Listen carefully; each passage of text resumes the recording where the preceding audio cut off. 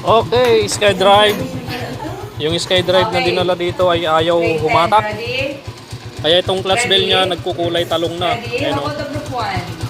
Nagkukulay talong, tapos nung chinik ko tinanggal ko yung magneto cover, ay yung magneto cover, yung CVT cover.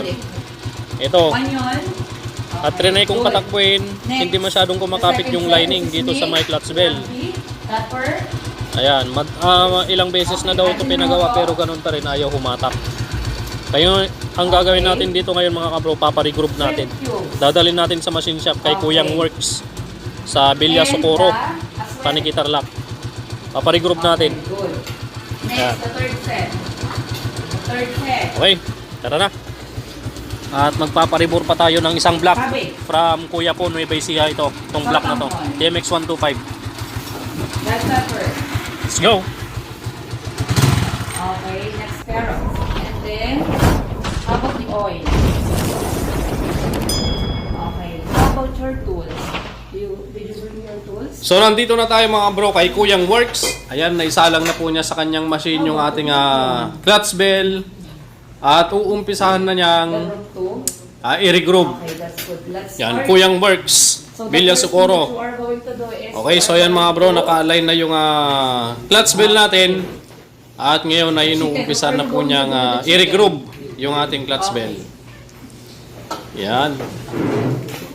Okay, susulit na sulit mga bro, magpagawa dito, magpa-regroup. Puntahan nyo lang siya dito sa Villa Socorro, Paniquitarlac, likod ng dating palengke. Yan, Villa Socorro Street, Paniquitarlac. Okay? Yun o, so bali, 3 bala daw yung ginagamit niya dito mga bro. Ayan, papakita ko sa inyo yung resulta mamaya pagkatapos niyang i-regroup itong kanyang ating clutch bell. Yan. A few moments later. Yan, so tapos na natin i-regroup mga bro yung ating clutch bell. Ito na siya. Okay, you are going to wash. Okay na siya mga bro. Napakalayo na nung dati. Go. Yan, sasalpak na lang natin to mga bro. Tapos, ipapakita ko din sa inyo itong kanyang kwan mga bro. Itong kanyang lining. Bago na itong kanyang lining mga bro. Ang brand po nito ay TTGR na brand. Yung lining na ikinapit nila yung mga naunang gumawa. So ang problema nga lang dito, ganun pa rin, ayaw pa rin umatak, tapos nagda-dragging pa.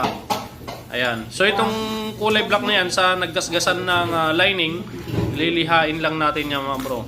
So yung liha natin pa ganyan. Hindi pwedeng pa-slide, hindi pa side. Dapat pa ganyan mga bro, patulak, atras abante, atras abante. Okay? Para matanggal yung mag-inis na parte.